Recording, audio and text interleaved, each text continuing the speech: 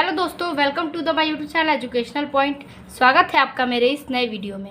आज मैं लेके आई हूँ क्लास 8 का बहुत ही इम्पोर्टेंट टॉपिक जो कि मैथ है और चैप्टर 1 यानी कि अध्याय 1 है गणित से यूपी बोर्ड का। और आज हम देखेंगे अभ्यास 1F।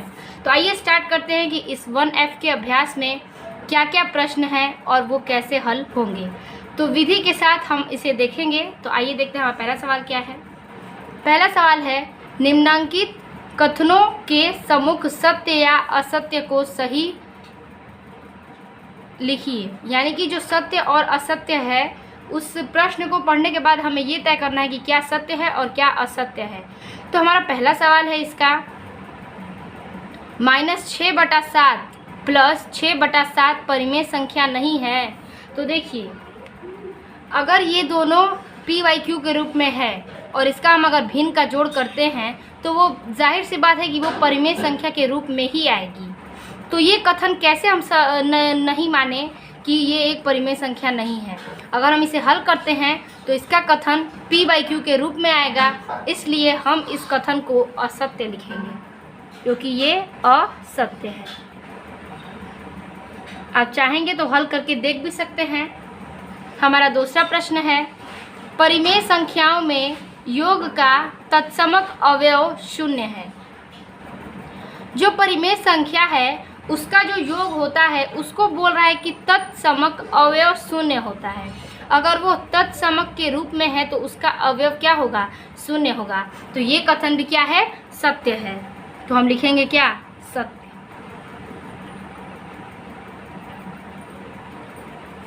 हमारा तीसरा प्रश्न है इसका कि परिमेय संख्या 0 का योगात्मक प्रतिलोम नहीं होता है। देखिए, कोई भी संख्या हो उसका योगात्मक प्रतिलोम हम निकाल सकते हैं, वो 0 हो या फिर कोई अंक हो। तो देखिए, परिमेय संख्या जो है 0 से योगात्मक प्रतिलोम का जो पूछ रहा है वो है या नहीं। तो देखिए, इसमें स्पष्ट बोल चुका है कि ये नहीं दिया है, लेकिन ये कथन क्या होगा? हमारा असत्य होगा, क्योंकि कोई भी संख्या होगी तो उसका हम योगात्मक प्रतिलोम निकाल सकते हैं, जो कि मैंने योगात्मक प्रतिलोम पिछले कई एक्सरसाइज में समझाया है। तो इसे हम लिखेंगे कि ये कथन असत्य है।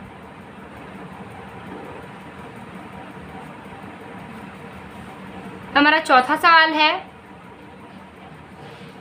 कि किसी ऋणात्मक परिमेय संख्या का योगात्मक प्रतिलोम एक धनात्मक परिमेय संख्या है होती है। तो देखिए, कोई अगर ऋणात्मक परिमेय संख्या है और उसका हम योगात्मक प्रतिलोम निकालते हैं तो योगात्मक का मतलब मैंने यही समझाया था, जो ऋण की संख्या है वो धन में आएगी और जो धन की संख्या है वो ऋण में जाएगी।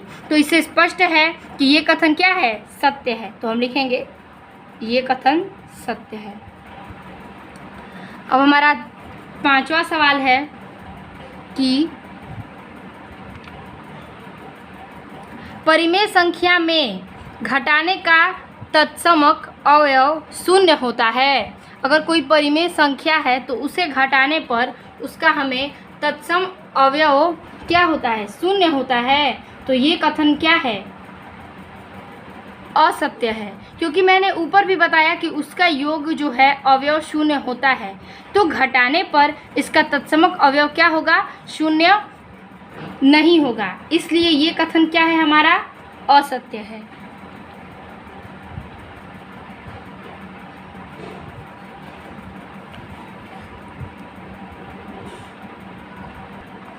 हमारा 6वां सवाल है कि परिमेय संख्याओं में गुणा का तत्समक अवयव 1 होता है। तो सही सवाल है ये कि तत्समक अवयव में हम क्या करते हैं?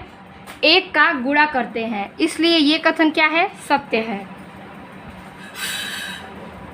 हमारा 7वां प्रश्न है कि एक ऋणात्मक परिमेय संख्याओं का गुणात्मक प्रतिलोम एक ऋणात्मक परिमेय संख्या होती है। तो देखिए, यदि ऋणात्मक परिमेय संख्या का गुणात्मक प्रतिलोम एक ऋणात्मक है तो वो संख्या क्या होगी? सत्य होगी, क्योंकि गुणात्मक प्रतिलोम का मतलब है कि हम 1 का गुणा करके दिखाएंगे कि वो क्या आएगा। तो अगर ऋणात्मक परिमेय संख्या है तो वो ऋणात्मक में ही रह जाएगी, इसलिए ये कथन क्या है? सत्य है। अब इस पहले क्वेश्चन का आखिरी सवाल है हमारा कि यदि परिमेय संख्या x का योगात्मक प्रतिलोम x है तो x बराबर 0 होगा। तो देखिए योगात्मक प्रतिलोम का मतलब हम क्या करेंगे कि प्लस माइनस का चिन्ह देखते हैं। तो अगर x का हम x में गुणा कर दे तो उसका क्या होगा, योगात्मक प्रतिलोम 0 होगा। इसलिए ये कथन क्या है, सत्य है। आई होप आपको समझ में आ गया होगा ये 8वां सवाल, तो आप इसे नोट करना ना भूलें। हमारा अगला सवाल है, हमारा दूसरा सवाल है कि निम्नांकित को अपनी अभ्यास पुस्तिका पर उतार कर रिक्त स्थानों की पूर्ति कीजिए। तो देखिए इसका जो रिक्त स्थान है उसमें क्या है, हमें भर के दिखाना है। तो पहला सवाल है -5/12 और प्लस बीच में क्या है, रिक्त स्थान बराबर -5/12। तो स्पष्टतः आप देखिए कि ये बोल रहा है कि इन दोनों के बीच कौन सी संख्या रखी जाएगी। अगर हम इन दोनों का भिन्न का जोड़ करें तो ये डायरेक्ट दिख रहा है कि दोनों समान हैं, तो ये कट के क्या हो जाएंगे, 0। तो इसका रिक्त स्थान भराएगा क्या, 0। ठीक है। हमारा दूसरा सवाल है कि -4/5 माइनस रिक्त स्थान बराबर 0। तो ऐसी कौन सी संख्या बीच में रखें हम कि इसका मान क्या हो, 0 हो। तो हमने ऊपर क्या पढ़ा कि ये दोनों समान है तो ये कट के क्या हो जाएंगे, 0। तो इसके बराबर में हमें 0 दिखाना है तो हम इसी के मान को रख देंगे। तो रखेंगे हम -4/5। अब ये क्या हो जाएगा, 0 हो जाएगा क्योंकि इसके बीच में क्या है, माइनस का चिन्ह है। हमारा अगला सवाल है कि 1/-2 और के घात -1, तो इसका रिक्त स्थान हम क्या भरेंगे। तो देखिए अगर 1/2 है तो ये 1 का गुणा करेंगे 1 में तो 1 ही होगा, और ये 2 का 2 में तो 2 होगा। तो देखिए 1 तो हट जाएगा, इसीलिए हमारा उत्तर क्या आएगा, -2। तो इस रिक्त स्थान में हम भरेंगे -2। अब हमारा अगला सवाल है कि ब्रैकेट में -2/3 गुणे 3/4 के घात -1। तो देखिए ये 3 से 3 कट जाएगा, ठीक है, और ये 2 दूना के 4, तो 2 से 1 में गुणा करेंगे तो क्या बचेगा, -2। तो इसका भी उत्तर क्या आएगा, -2। तो आपको हल करके समझना होगा कि हमें रिक्त स्थान में क्या भरना है ताकि हमारा आंसर सही आ जाए। अब हम देखेंगे इसके आगे वाला सवाल, ठीक है। तो चलिए देखते हैं हमारा तीसरा प्रश्न। तीसरा प्रश्न है कि प्रत्येक स्थिति में x का मान बताइए। तो प्रत्येक स्थिति में जो भी सवाल दिए हैं उसमें हम क्या करेंगे, x का मान ज्ञात करेंगे। तो देखिए 2/3 गुणे x बराबर 1, तो इसमें हमें x का मान ज्ञात करना है। अगर 2/3 है तो इसमें x का मान क्या होगा। तो चलिए देखते हैं। तो हम सबसे पहले हल करेंगे। तो देखिए ये x है, अगर 1 इधर हम भेज दें तो x होगा, और यहाँ पे हो जाएगा 2/3 गुणते 1। तो इसका राइट आंसर क्या होगा, x बराबर 3/2 आंसर। ठीक है, आई होप आपको समझ में आ रहा होगा। अब दूसरा सवाल देखिए। दूसरा सवाल दिया गया है कि -3/4 प्लस x और बराबर 0। तो इसमें हमें क्या करना है, इसमें भी हमें x का मान ज्ञात करना है। तो चलिए निकालते हैं इसमें भी x का मान। तो हम लिख लेंगे x बराबर 0 और -3/4। देखिए यहाँ पे ये प्लस है तो x अगर इधर गया है तो ये क्या हो जाएगा, इधर आके माइनस, और ये जो माइनस में है वो क्या होगा, माइनस में ही रहेगा। अब देखिए क्या करना है हमें, हमने तो सिर्फ x को ट्रांसफ़र किया है। तो अब हम इसके हल को देखेंगे। तो देखिएगा माइनस से माइनस कट जाएगा और 0 की कोई वैल्यू नहीं है, इसीलिए x बराबर हो जाएगा आपका 3/4 आंसर। अब हमारा तीसरा सवाल है कि x गुणते 5/4 गुणे x गुणते 5/4 बराबर 1। तो इसमें x की मान क्या होगा। तो चलिए देखते हैं। तो x बराबर 1 और भाग देंगे हम, क्योंकि गुणा है तो भाग में चेंज कर देंगे, क्योंकि हमने x को मान को निकालना है। तो -5/4 बराबर 1। अब हम इसको बराबर करेंगे और गुणा में चेंज करेंगे तो ये क्या हो जाएगा, हर ऊपर चला जाएगा, तो 4/-5। अब हम गुणा कर देंगे तो x बराबर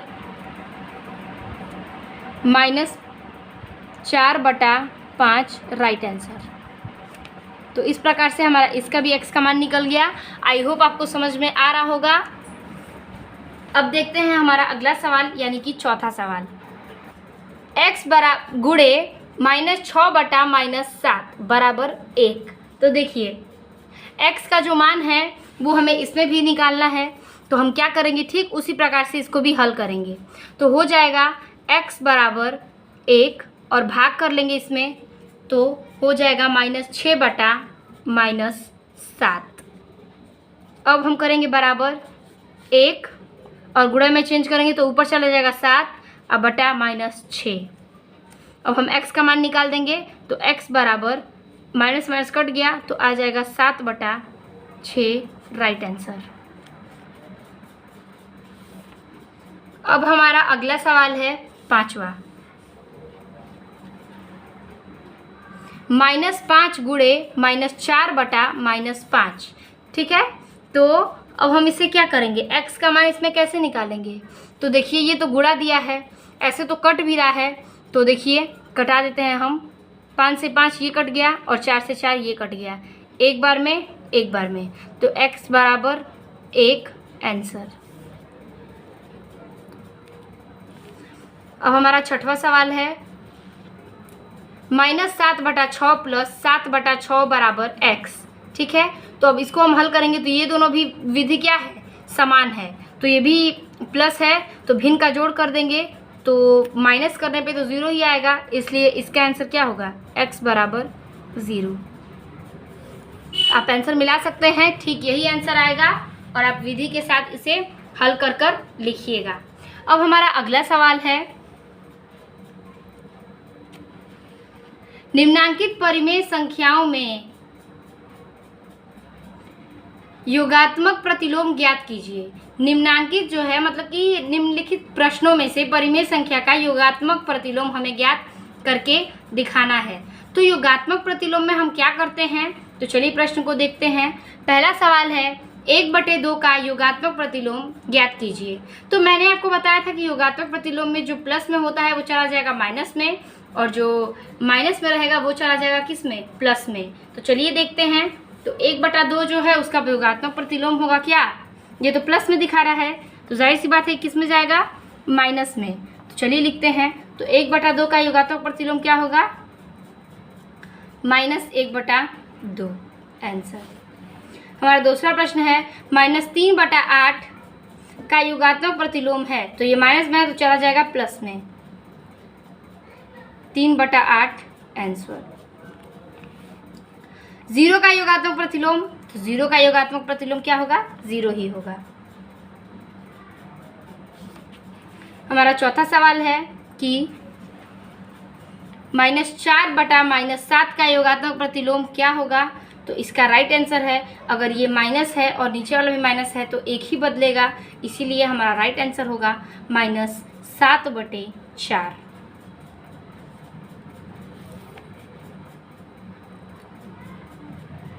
हमारा पांचवा सवाल है कि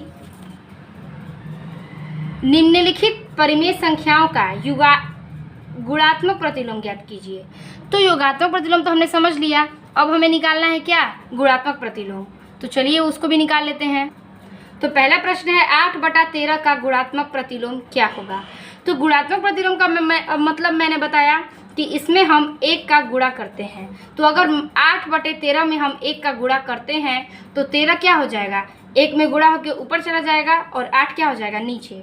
तो हमारा आंसर आ जाएगा 13/8 आंसर। और इसमें देखिए -6/19, तो इसका गुणात्मक प्रतिलोम क्या होगा। तो एक बार मैं करके समझा देती हूँ आपको कि अगर -6/19 है तो गुणे हम 1 से करेंगे तो 19 ऊपर चला जाएगा, तो 19 और बटा के -6 आंसर। तो वैसे ही हम लिख देंगे, इसका आंसर क्या हो जाएगा, 19/6 आंसर। हमारा तीसरा सवाल है 17/-16 का गुणात्मक प्रतिलोम। तो इसका भी हम निकाल देंगे। तो 16 ऊपर चला जाएगा और 17 नीचे, तो आ गया इसका आंसर -16/17 आंसर।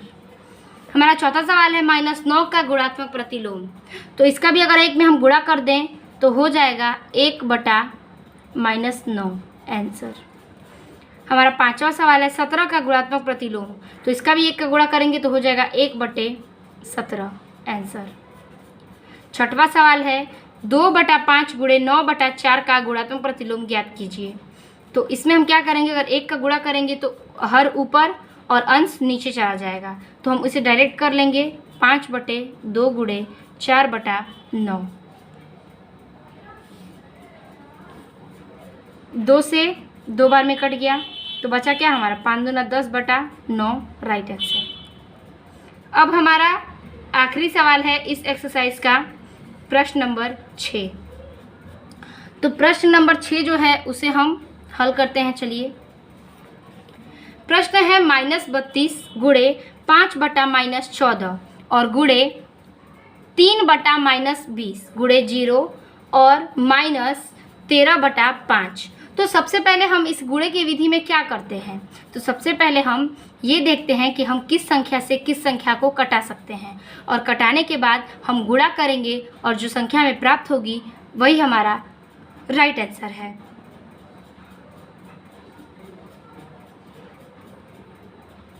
तो चलिए पहले हम संख्या को कटाते हैं। तो देखते हैं, देखिए 5 से 4 बार में, ठीक है।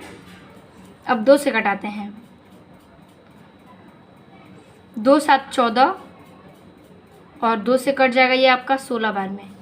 2 से 2 बार 8 बार, 2 से 1 बार ये हो जाएगा 4 बार।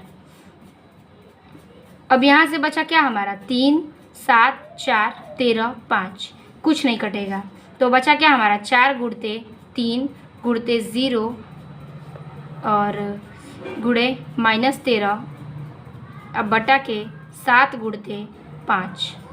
ये तो कटने से रहा, तो ऊपर क्या आएगा हमारा 0 और बटा में 7 5 35, तो इसका राइट आंसर क्या होगा 0।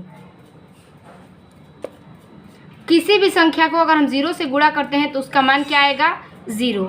आई होप आपको समझ में आ गया होगा। तो इस प्रकार से हमारा सवाल समाप्त होता है और अभ्यास 1F इस प्रकार से समाप्त होता है। आई होप आपको समझ में आ गया होगा। अगर वीडियो अच्छी लगी हो तो लाइक कमेंट और अपने दोस्तों को शेयर करना ना भूलें। मिलते हैं आपसे आगे अभ्यास 1G के वीडियो में, तब तक के लिए धन्यवाद।